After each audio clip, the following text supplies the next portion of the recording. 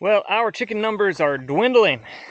We let them free range for a little while and it was working really well, but then they kind of started getting picked off by predators, and this is pretty much, I think, what we're down to. Yeah, 4 hens and the rooster there. And I think there's another silky rooster running around somewhere. He's kind of the outcast of the group, so he stays away from Big Boy right there. We also have some silkies over here. These are all silkies that we hatched out. Hopefully they will soon be implemented into, we're trying to get a little breeding program started so we can keep a pure line of silkies and maybe sell some of those and some of their eggs. And I would kind of like to get a couple of heritage breed dual purpose birds, just so we can kind of keep our numbers replenished, hatch eggs whenever we need to, and not have to worry about buying them. And that way we don't dwindle down to nothing like we're about to do. Oh, we do have a couple of other silky roosters here. These guys are a couple of punks. They can't get along with anybody but each other, I guess, so we have to keep them separate. We could eat them, but I don't know, they may come in handy at some point. But these guys over here, like I said, we were letting them free range for a while and they took care of themselves very well. Didn't have to provide any food whatsoever. But now that we have them put back up into their run, that means I'm gonna have to start feeding them again. And that's what we're gonna work on today. I'm gonna try to implement a feeding system, a feeding/compost system that I saw from Permapastures Farms YouTube channel. And what this feeding system consists of, it's basically a ring of fencing wire of some kind, and you start off with a layer of bedding, maybe some manure in there, and then you start feeding on top of that, and you allow the chickens to scratch everything out. After about a week, you start a new pile. You put their fresh food in the new pile. The old pile will begin to get some insects and things like that growing and crawling around in it, and that will provide more food for the birds. So you are providing on your end the carbohydrates and the plant-based foods and things like that. And then they're digging through the compost pile to get all of their protein. Seems like something that would work really well. So we're gonna give it a try, but on a smaller scale than what they're doing. They're running upwards of 50 birds. We're down to, like I said, 5 or 6. So it's gonna be a little bit smaller, but I think it'll still work. So the Permapastures Farm version of this system uses a ring that is 6 foot in diameter and 1.5 feet tall. And according to the Permaculture Pimp Daddy, that yields them about 1.5 cubic yards of compost every 30 days. And keep in mind, they have these, this is a continuous system. So about every week you start a new pile.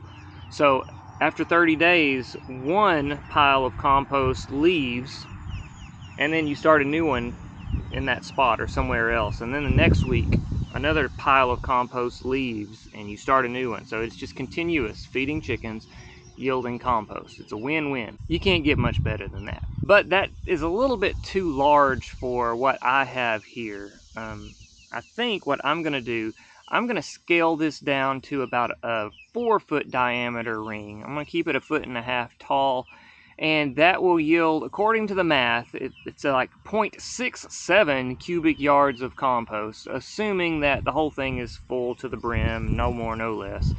We'll probably estimate it to about 1/2 cubic yard of compost every week, or every 30 days.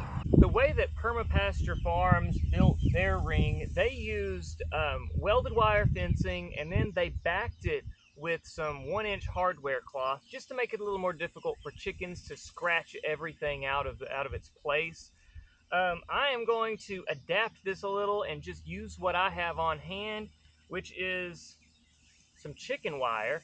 This chicken wire has the 2-inch holes. That would be way too big. Everything would just fall out. The chickens would scratch everything out of here. But this is 6 foot tall. So what I'm gonna do, I'm gonna stretch out, I've done the math, and to get a 4-foot diameter circle, you're gonna need, it's gonna be a 12-foot circumference. So I'm gonna roll out 12 feet of this welded, or of this chicken wire, and I'm just gonna fold it over on itself so that those gaps cover each other up, and I think we should be okay. Let's find out.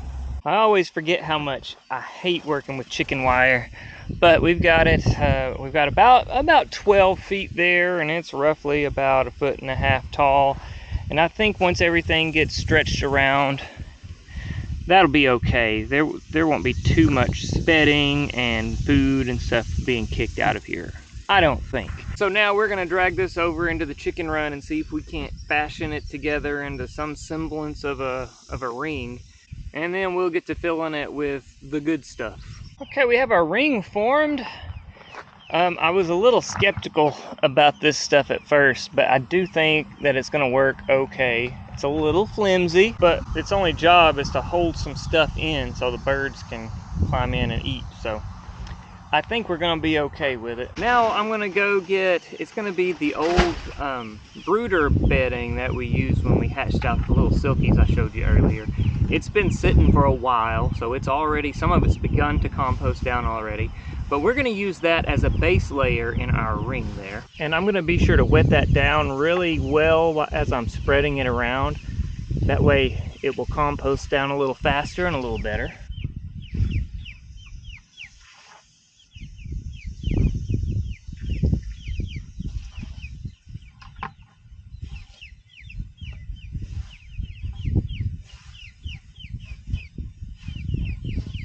And that's the coverage I have so far. I don't quite think that's gonna be enough, so I'm gonna run out to the barn, or I might just head into the chicken coop right here, and we're gonna pull some more bedding and try and fill this thing up a little bit more.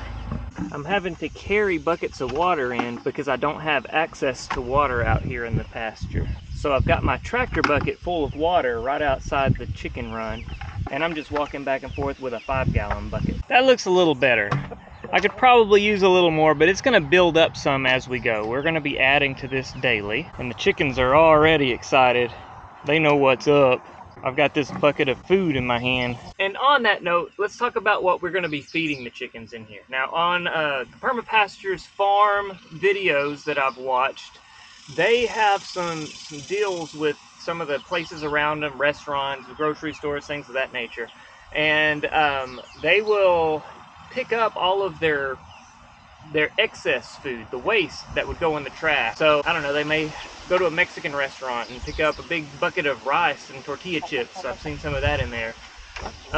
We're a lot smaller. I'm working on a much smaller system here. So I think with our family, with just the food scraps that we throw out and then what we pick up from the garden that is overripe or doesn't look good or whatever, we have more than enough to take care of our small flock. And as we grow, we may try and form some of those relationships with some outside places and be able to bring in some free nutrients for the chickens. But for now, here's an example of what we've got. This is the compost bucket. Now, a lot of this is corn husks. Yeah, they know what's up. This is usually the kind of stuff that we do feed them. We've got some broccoli in here. That kind of went bad in the fridge. Some corn cobs, some carrots. We had some seafood the other day, so some shrimp holes, tomatoes, banana peels, just things like that. So we're just gonna dump this out in here and let them have at it. How do you not know how to get in there? I've watched you fly over the whole thing before. Just fly out of the run. You can jump 1.5 feet. Okay, I may have to go in for the assist here. Look, you have to get in there. Really? No thanks. I'm not that hungry. Maybe I need to give them a little ramp up for now. See how that works. There you go.